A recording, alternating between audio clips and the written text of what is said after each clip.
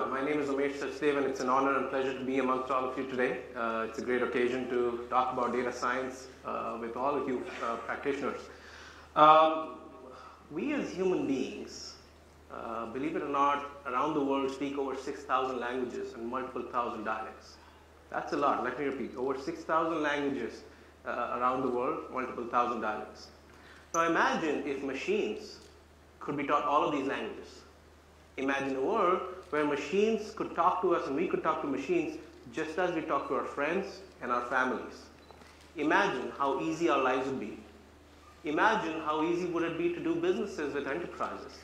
And imagine the empowerment that the technologically challenged would start to feel when they can talk to machines and get things done from them.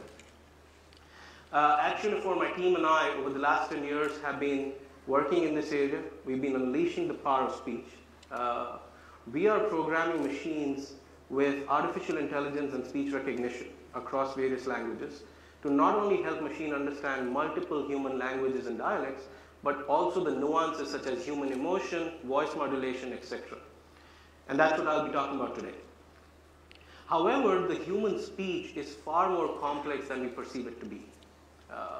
Today, I can, using my voice modulation, try to excite all of you, try to convey anger, etc. And so, have you ever imagined that what is the process? How do even machines start to learn a human language, a dialect, and start to understand it well or not? The interesting bit is that the process is not very different from the way the human brain learns a new language or dialect. Let's take an infant child.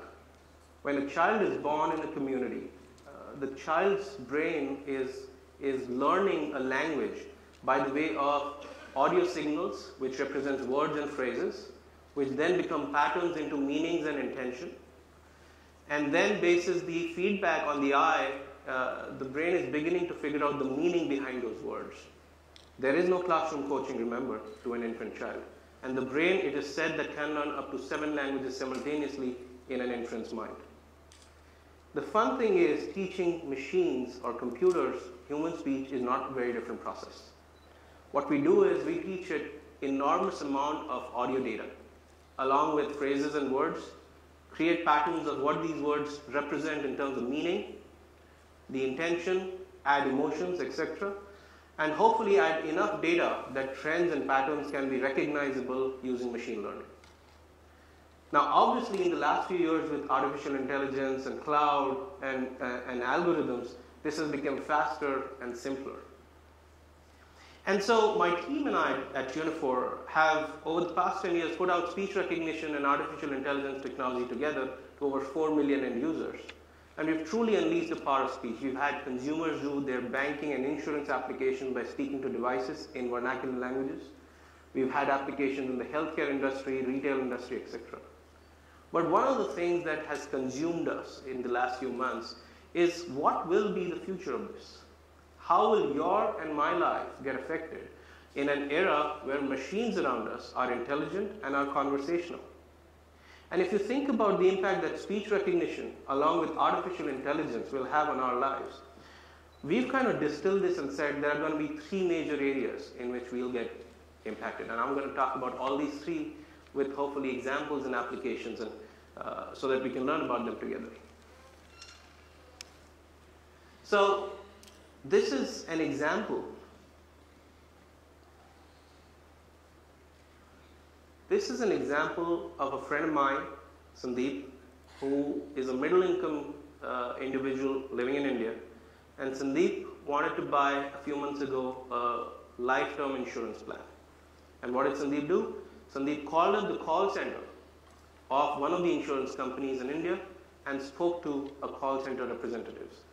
Here's a short clip of that conversation. Let's listen in. Audio 1. Benefit 1 crore, waiver of premium added is there. Accident, total permanent disability, you will get 1 crore. Okay? And if accident death benefit is there, 1 crore rupees. So if accident is death happens because of accident, so you will get 2 crore rupees. Normal 1 crore rupees life cover plus accidental death benefit 1 crore. Okay. Okay, so for that the premium will be 18,004 rupees. Mm-hmm. So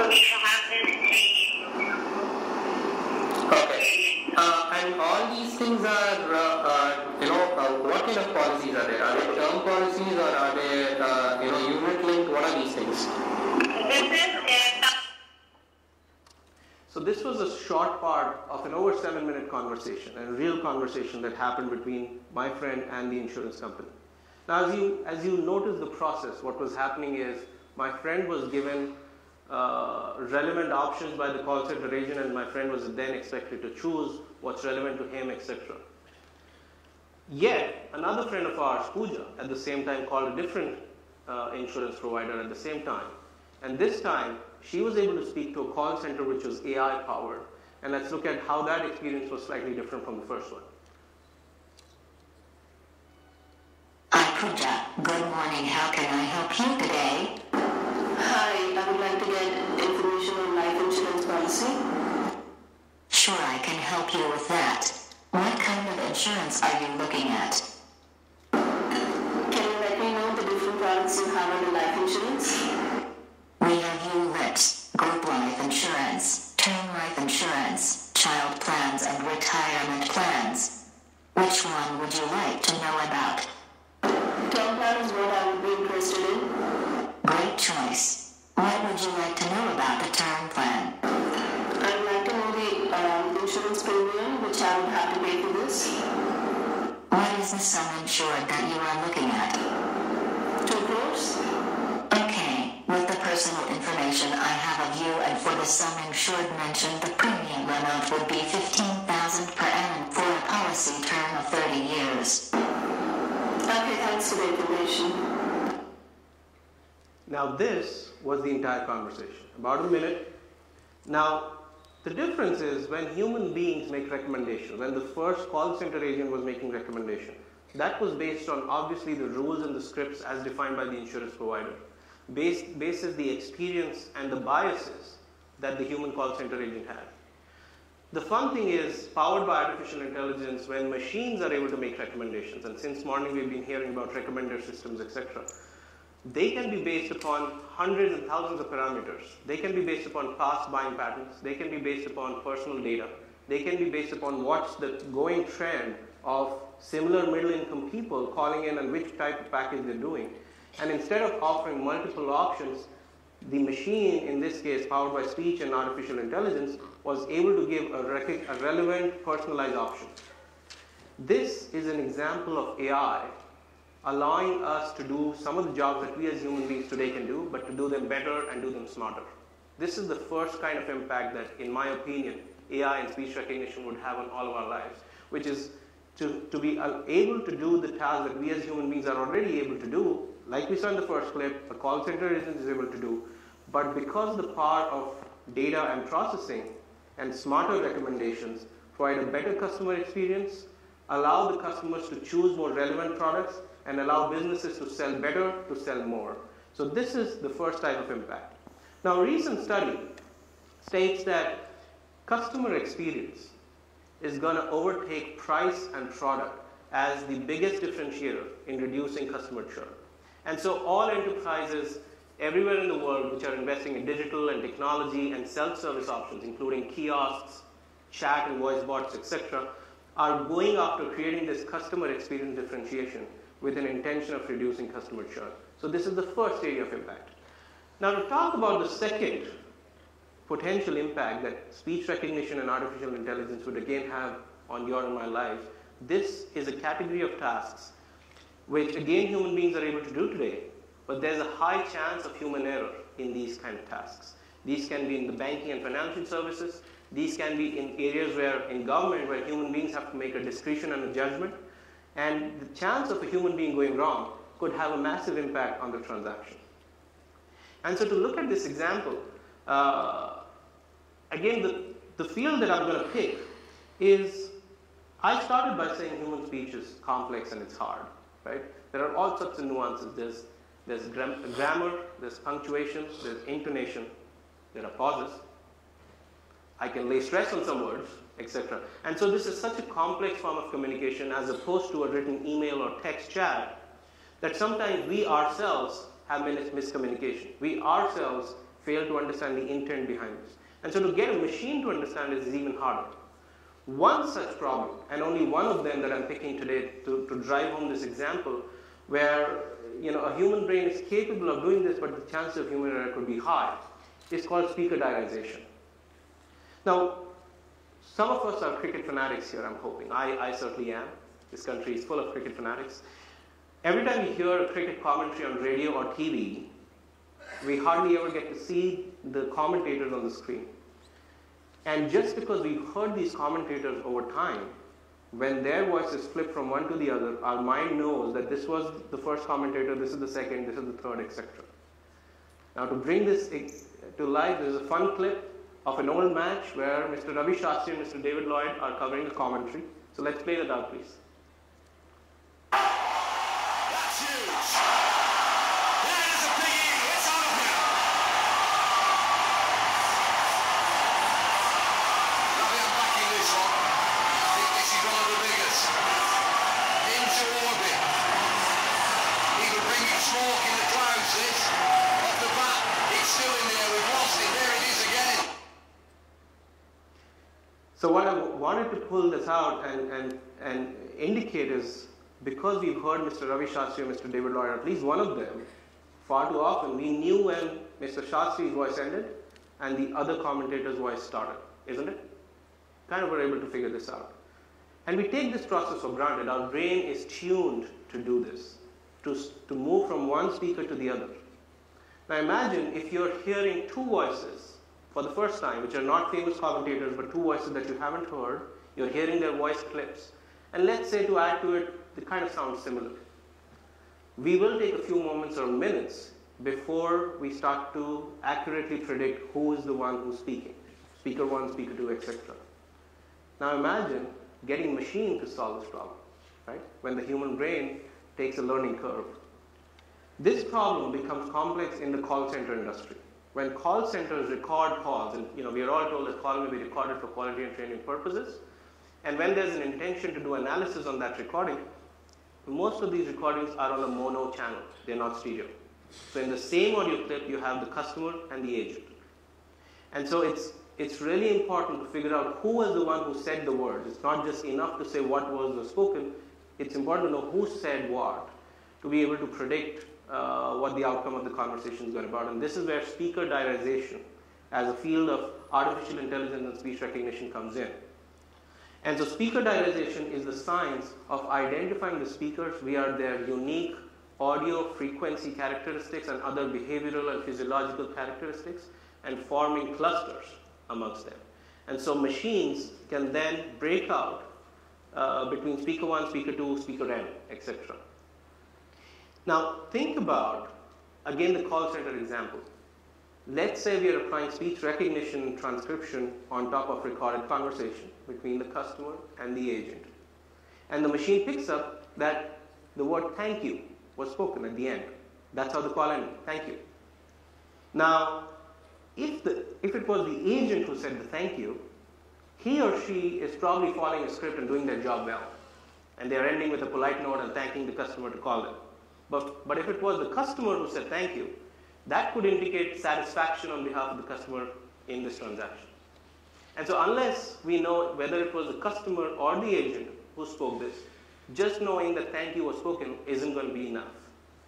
And so speaker diarization is algorithmically determining the identity of the speakers along with the words spoken. And so this is an example of machines doing the tasks that human brains are used to doing. We're used to listening to commentary and figuring out. But if we hear some new voices, we can make a mistake. The fun thing is, for machine, all voices are new. And so algorithmically, it's tuned to have high precision differentiation between different speakers. So that's the second form of impact on your life and mine, where AI and speech recognition would allow machines to do the things that you and I already do, but we can have a high chance of human error. So across the first one, when we said AI helping us do things that we already do them faster, better. Second one, helping us do things with reduced chance of error. The third one is the most fun. The third one is an area of speech recognition and AI coming in to help us do things that we hitherto could not do or could not imagine to do. This is probably because of mental limitations, data limitations, the human mind has limitations, etc. And so again, to bring out an example of this, I've been trying to pull out real-life examples to bring some of these to life. Again, this is a customer calling a bank only to inquire the currency rate and forex card when he or she travels to Middle East. So let's listen in to both the conversations. Audio clip 1.